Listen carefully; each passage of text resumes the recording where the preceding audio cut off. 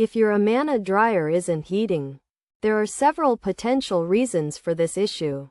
The problem could be due to selecting the air-only cycle, a tripped circuit breaker, or an improper power supply connection.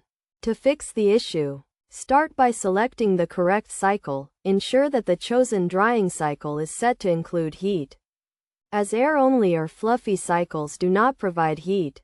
Next, check the power line circuit breaker to confirm that both 30-amp breakers on either side of the power line are functioning properly, and reset any tripped breakers to resume normal operation. It's also essential to verify the power supply connection.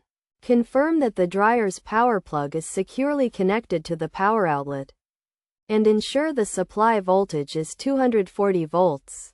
If the voltage is not at the required level, consult a qualified electrician. Additionally, make sure the terminal screws at the back of the dryer are tightened securely. By following these steps, you should be able to resolve the issue with your Amana dryer not heating.